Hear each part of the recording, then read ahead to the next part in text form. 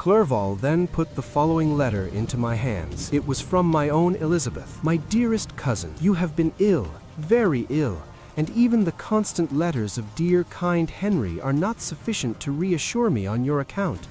You are forbidden to write, to hold a pen, yet one word from you, dear Victor, is necessary to calm our apprehensions. For a long time I have thought that each post would bring this line, and my persuasions have restrained my uncle from undertaking a journey to Ingolstadt.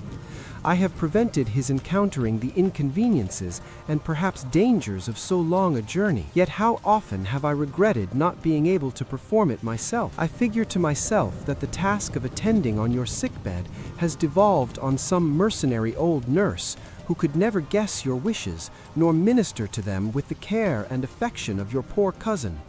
Yet that is over now. Clerval writes that indeed you are getting better. I eagerly hope that you will confirm this intelligence soon in your own handwriting. Get well and return to us. You will find a happy, cheerful home and friends who love you dearly. Your father's health is vigorous, and he asks but to see you, but to be assured that you are well, and not a care will ever cloud his benevolent countenance. How pleased you would be to remark the improvement of our Ernest. He is now 16 and full of activity and spirit. He is desirous to be a true Swiss and to enter into foreign service, but we cannot part with him, at least until his elder brother returns to us. My uncle is not pleased with the idea of a military career in a distant country, but Ernest never had your powers of application. He looks upon study as an odious fetter. His time is spent in the open air, climbing the hills or rowing on the lake.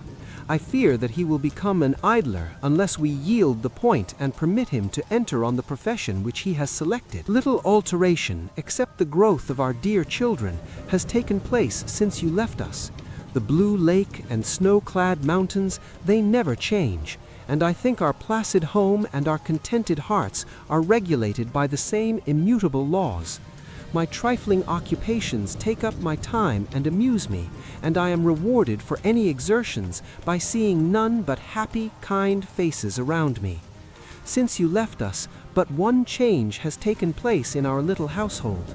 Do you remember on what occasion Justine Moritz entered our family? Probably you do not. I will relate her history, therefore, in a few words. Madame Moritz, her mother, was a widow with 4 children, of whom Justine was the third. This girl had always been the favorite of her father, but through a strange perversity, her mother could not endure her, and after the death of M. Moritz, treated her very ill. My aunt observed this, and when Justine was 12 years of age, prevailed on her mother to allow her to live at our house. The republican institutions of our country have produced simpler and happier manners than those which prevail in the great monarchies that surround it. Hence, there is less distinction between the several classes of its inhabitants, and the lower orders, being neither so poor nor so despised, their manners are more refined and moral. A servant in Geneva does not mean the same thing as a servant in France and England. Justine, thus received in our family, learned the duties of a servant, a condition which, in our fortunate country, does not include the idea of ignorance and a sacrifice of the dignity of a human being. Justine, you may remember, was a great favorite of yours, and I recollect you once remarked that if you were in an ill humor, one glance from Justine could dissipate it, for the same reason that Ariosto gives concerning the beauty of Angelica. She looked so frank-hearted and happy. My aunt conceived a great attachment for her, by which she was induced to give her an education superior to that which she had at first intended. This benefit was fully repaid. Justine was the most grateful little creature in the world. I do not mean that she made any professions.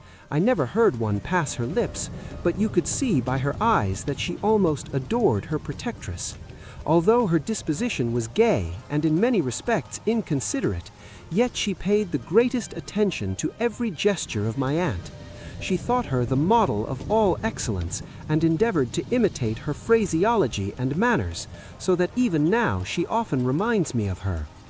When my dearest aunt died, everyone was too much occupied in their own grief to notice poor Justine, who had attended her during her illness with the most anxious affection.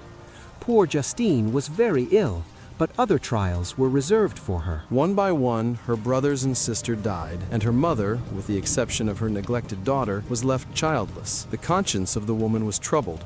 She began to think that the deaths of her favorites was a judgment from heaven to chastise her partiality. She was a Roman Catholic, and I believe her confessor confirmed the idea which she had conceived. Accordingly, a few months after your departure for Ingolstadt, Justine was called home by her repentant mother. Poor girl, she wept when she quitted our house. She was much altered since the death of my aunt. Grief had given softness and a winning mildness to her manners, which had before been remarkable for vivacity. Nor was her residence at her mother's house of a nature to restore her gaiety. The poor woman was very vacillating in her repentance. She sometimes begged Justine to forgive her unkindness, but much oftener accused her of having caused the deaths of her brothers and sister. Perpetual fretting at length threw Madame Moritz into a decline, which at first increased her irritability, but she is now at peace forever. She died on the first approach of cold weather, at the beginning of this last winter. Justine has just returned to us, and I assure you I love her tenderly. She is very clever and gentle, and extremely pretty.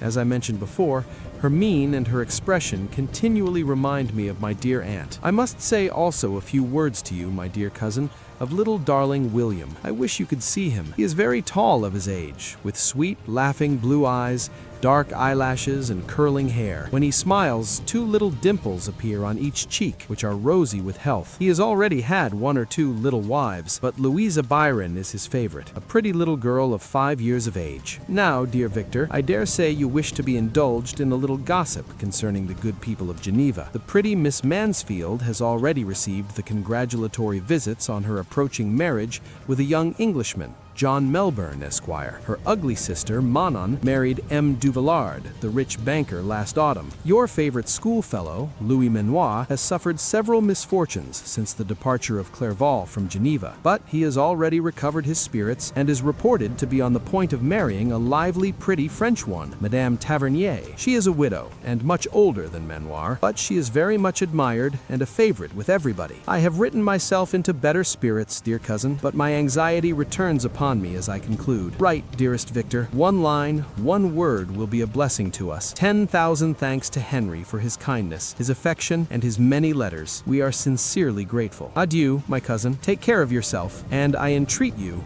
write. Elizabeth Lavenza, Geneva, March 18th, 17 Dear, dear Elizabeth, I exclaimed when I had read her letter. I will write instantly and relieve them from the anxiety they must feel. I wrote, and this exertion greatly fatigued me, but my convalescence had commenced and proceeded regularly. In another fortnight, I was able to leave my chamber. One of my first duties on my recovery was to introduce Clerval to the several professors of the university. In doing this, I underwent a kind of rough usage, ill-befitting the wounds that my mind had sustained. Ever since the fatal night, the end of my labors and the beginning of my misfortunes, I had conceived a violent antipathy even to the name of natural philosophy. When I was otherwise quite restored to health, the sight of a chemical instrument would renew all the agony of my nervous symptoms. Henry saw this, and had removed all my apparatus from my view. He had also changed my apartment, for he perceived that I had acquired a dislike for the room which had previously been my laboratory. But these cares of Clerval were made of no avail when I visited the professors. Monsieur Waldman inflicted torture when he praised with kindness and warmth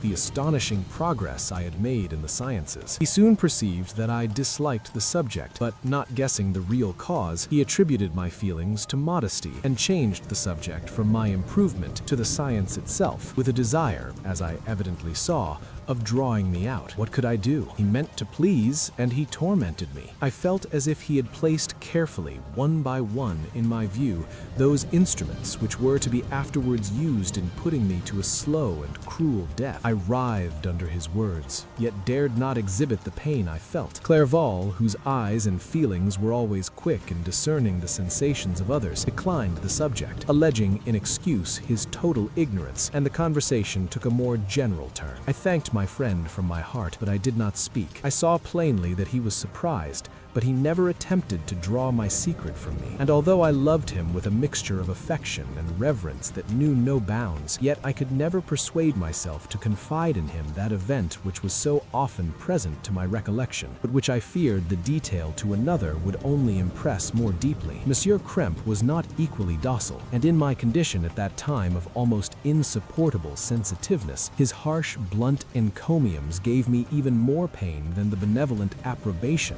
of Monsieur Waldman. "Damn the fellow!" cried he. "Why, Monsieur Clerval, I assure you he has outstripped us all. Aye, stare if you please, but it is nevertheless true. A youngster who but a few years ago believed in Cornelius Agrippa as firmly as in the gospel has now set himself at the head of the university, and if he is not soon pulled down, we shall all be out of countenance. Aye, continued he, observing my face expressive of suffering, Monsieur Frankenstein is modest, an excellent quality in a young man. Young men should be diffident of themselves, you know, Monsieur Clerval. I was myself when young, but that wears out in a very short time." Monsieur Krempe had now commenced an eulogy on himself, which happily turned the conversation from a subject that was so annoying to me. Clerval had never sympathized in my tastes for natural science, and his literary pursuits differed wholly from those which had occupied me. He came to the university with the design of making himself complete master of the Oriental languages, and thus he should open a field for the plan of life he had marked out for himself. Resolved to pursue no inglorious career, he turned his eyes toward the East as affording scope for his spirit of enterprise. The Persian, Arabic, and Sanskrit languages engaged his attention, and I was easily induced to enter on the same studies. Idleness had ever been irksome to me, and now that I wished to fly from reflection and hated my former studies, I felt great relief in being the fellow pupil with my friend, and found not only instruction, but consolation in the works of the Orientalists. I did not, like him, attempt a critical knowledge of their dialects, for I did not contemplate making any other use of them than temporary amusement. I read merely to understand their meaning, and they well repaid my labors. Their melancholy is soothing, and their joy elevating,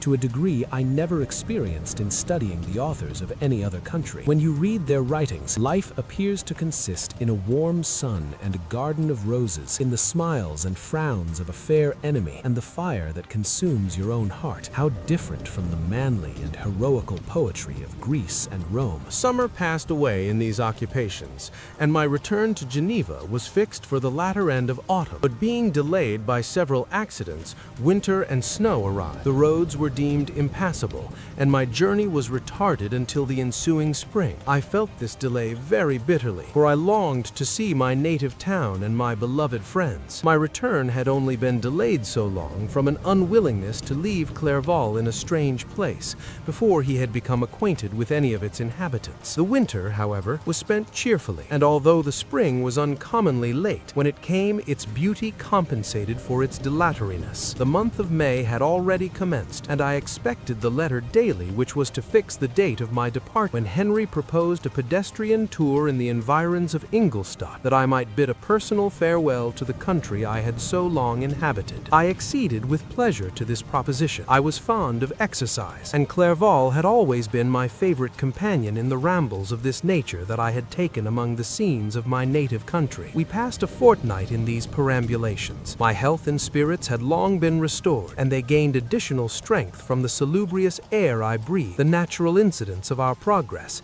and the conversation of my friend. Study had before secluded me from the intercourse of my fellow creatures, and rendered me unsocial, but Clerval called forth the better feelings of my heart. He again taught me to love the aspect of nature, and the cheerful faces of children. Excellent friend, how sincerely you did love me, and endeavor to elevate my mind until it was on a level with your own. A selfish pursuit had cramped and narrowed me, until your gentleness and affection warmed and opened my senses. I became the same happy creature who, a few years ago, loved and beloved by all, had no sorrow or care. When happy, inanimate nature had the power of bestowing on me the most delightful sensations. A serene sky and verdant fields filled me with ecstasy. The present season was indeed divine. The flowers of spring bloomed in the hedges, while those of summer were already in bud. I was undisturbed by thoughts which during during the preceding year had pressed upon me, notwithstanding my endeavors to throw them off